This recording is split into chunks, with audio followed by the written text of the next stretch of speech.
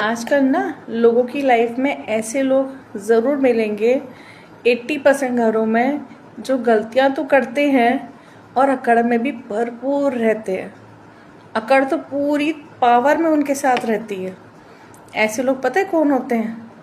या तो वो ओहदे में बड़े होते हैं या पैसे के धनी होते हैं। और पैसे के धनी लोग भी ना अपने आप को इतना बड़ा समझते हैं कि उनके आगे तो कोई और है ही नहीं।